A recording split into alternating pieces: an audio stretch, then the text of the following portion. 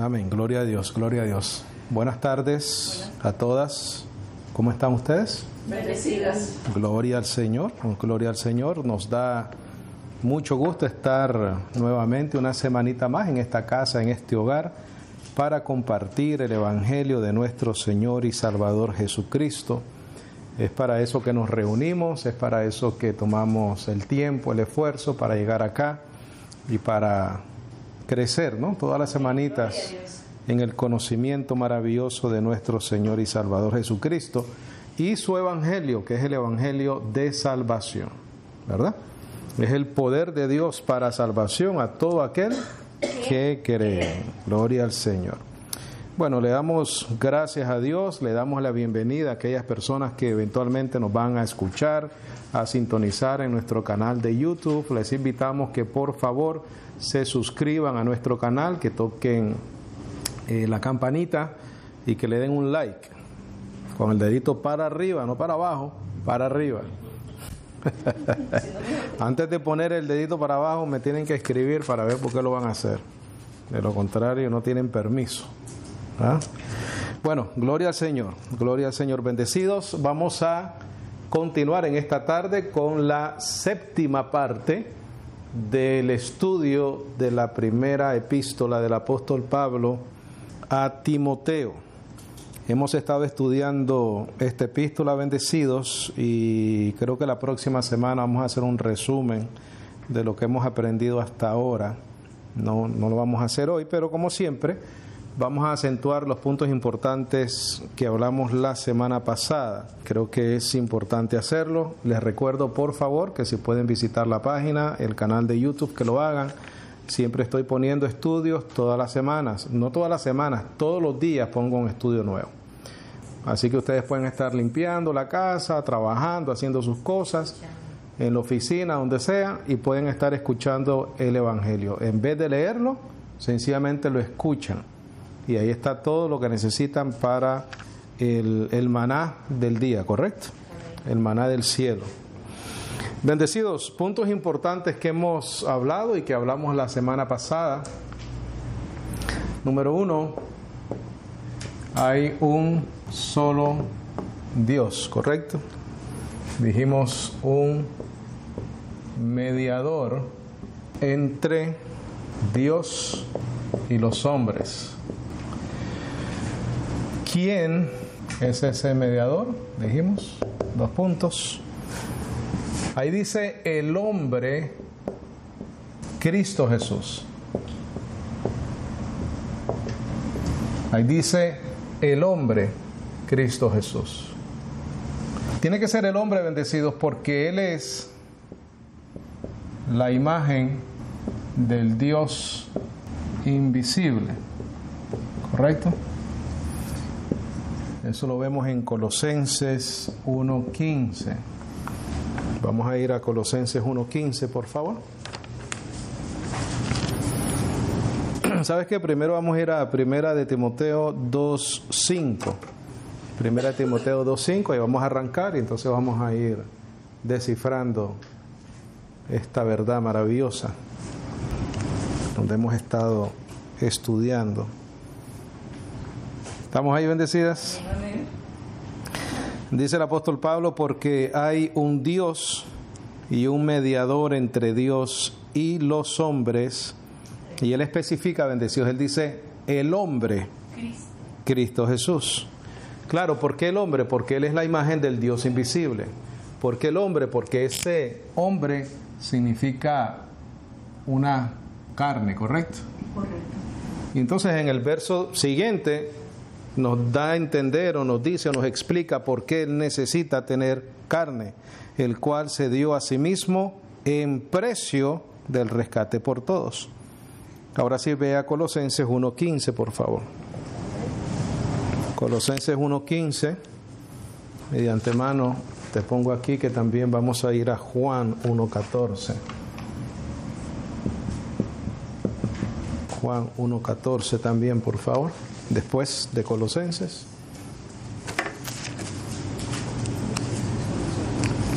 ¿Estamos ahí? Sí.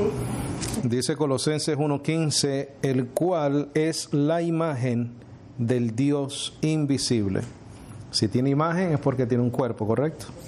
El primogénito, el más importante de todo lo que ha sido creado, de toda criatura. En el verso 21, bendecidos, por favor. Sí, ahí mismo. En el verso 21. Y estamos acentuando el hecho de que Pablo dice en Timoteo, al hombre Cristo Jesús, ¿correcto? En el verso 21 dice, y a vosotros que en otro tiempo erais extraños y enemigos en vuestra mente, en las malas obras, ahora empero os ha reconciliado en el cuerpo de su carne por la muerte. Será el propósito. Por eso es que tenía que ser, o tenía que haber sido revelado el hombre Cristo Jesús. O sea, Cristo Jesús, el enviado, el Mesías, la unción, el ungido, en un cuerpo de carne, porque tenía que ofrecer sacrificios, ¿correcto? Dice el 22, en el cuerpo de su carne por la muerte, para presentaros santos y sin mancha e irreprensibles delante de él. Ve por favor a Juan 1:14. Juan 1:14.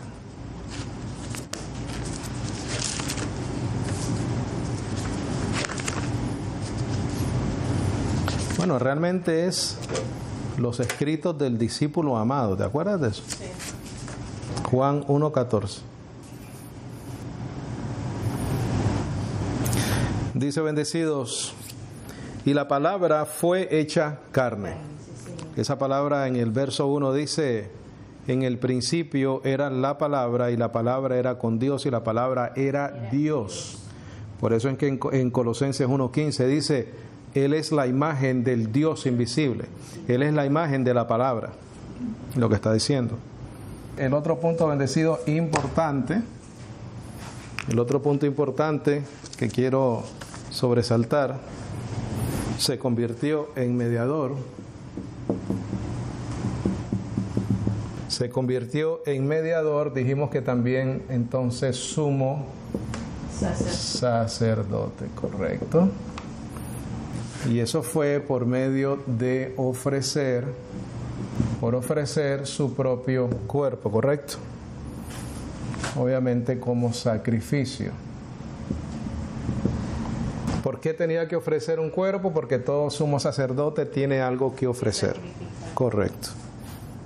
Él no tenía necesidad de ofrecer sacrificio como los sacerdotes levíticos, porque también dice que si él estuviese en la tierra todavía, no fuese ni siquiera sacerdote, habiendo sacerdotes todavía en ese tiempo, además que él no era de la tribu de los sacerdotes, sino que él era de la tribu de Judá.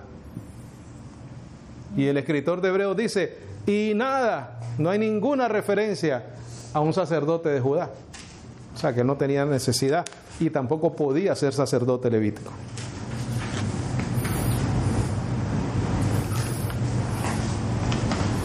Punto número 3. Pablo fue, ahí dice en Timoteo, dice que fue ordenado, también podemos decir colocado, esa palabra también significa colocado. Fue ordenado, fue colocado predicador, apóstol, maestro de los gentiles.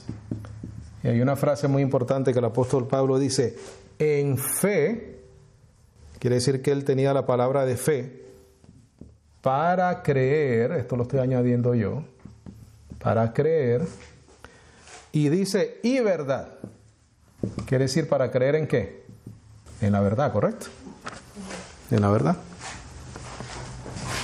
Entonces, 3 puntos importantes, bendecido. Hay un solo Dios y un solo mediador entre Dios y los hombres. ¿Quién? El hombre Cristo.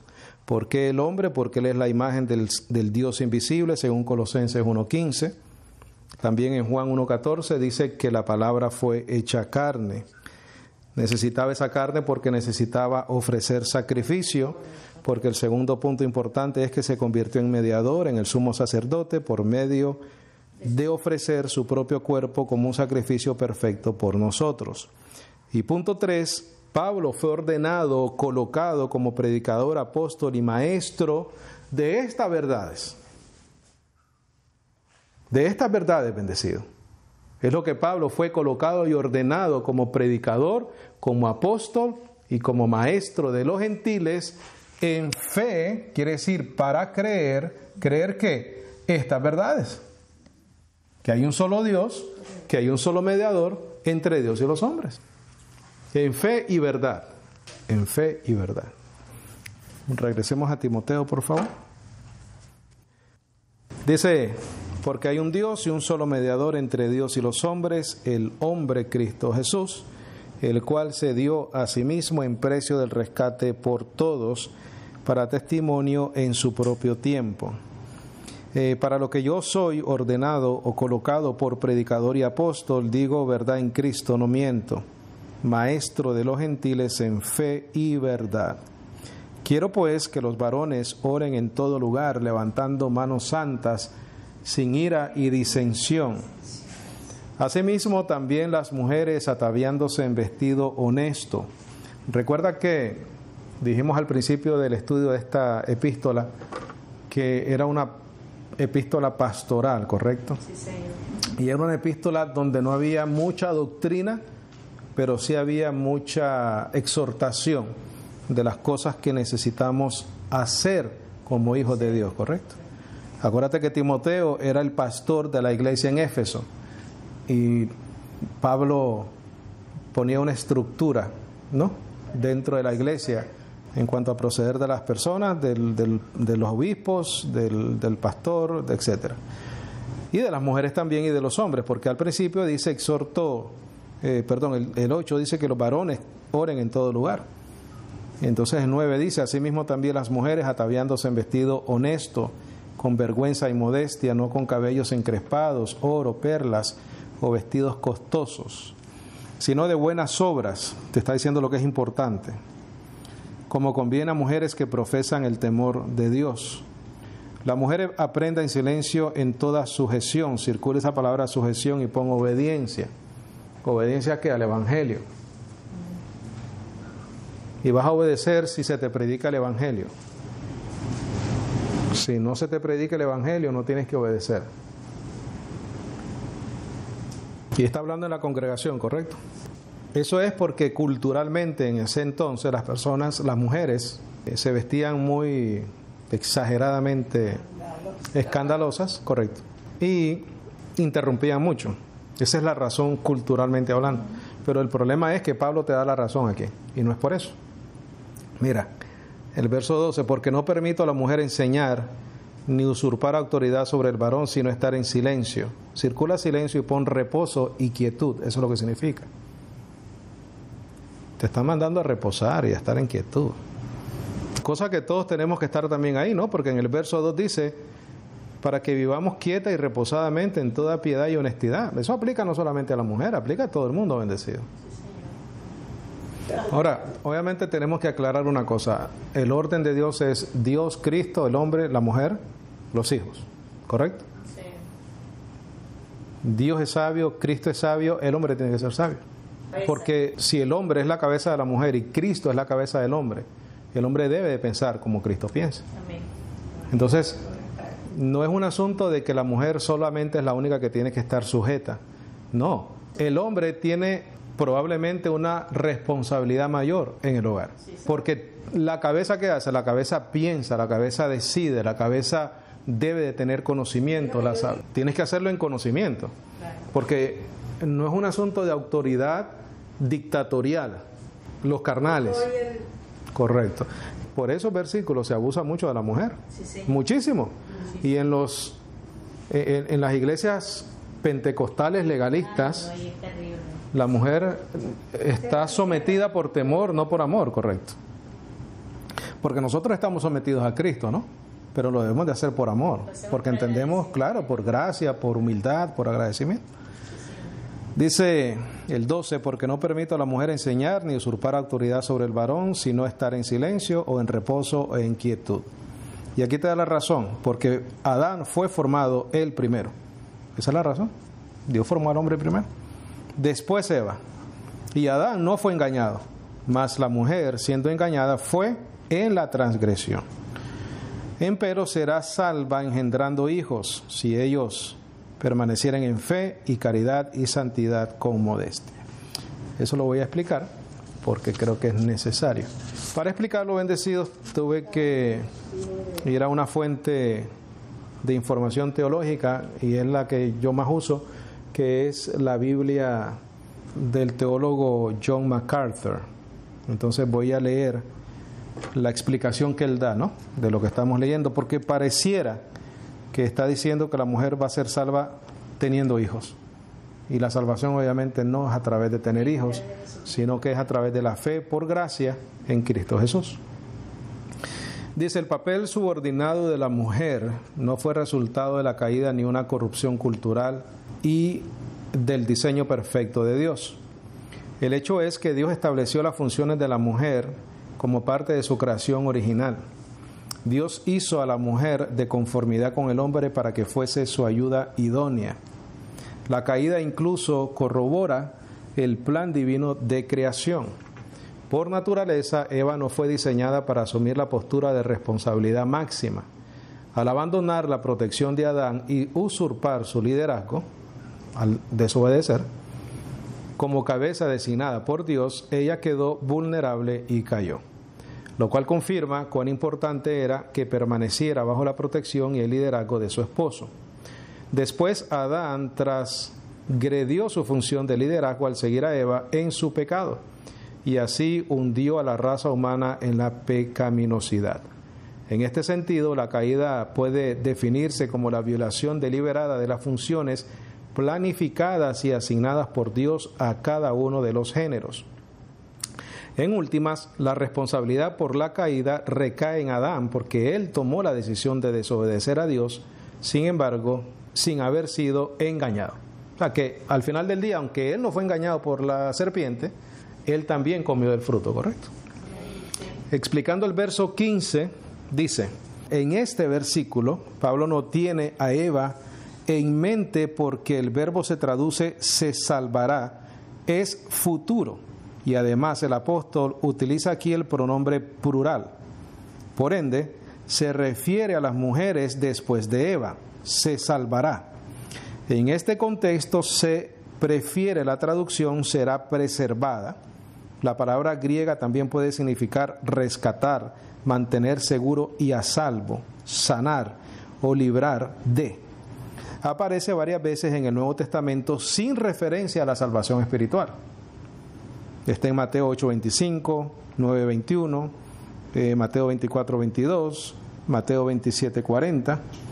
Pablo no defiende aquí que la salvación eterna de las mujeres dependa de que se embaracen y tengan hijos, ni que se mantengan libres de pecado por medio de la crianza, porque ambos postulados o ambas maneras de pensar contradicen de plano la enseñanza del Nuevo Testamento sobre la salvación solo por gracia por medio de la fe. Porque acuérdate que el apóstol Pablo también dice, no hay varón ni mujer, no hay griego ni... Gálatas 3:28. Correcto, o sea, aquí todos estamos en el mismo paquete. Dice, la cual es mantenida por la eternidad. Pablo enseña que así la mujer lleve el estigma, y eso es lo que se refiere a este verso.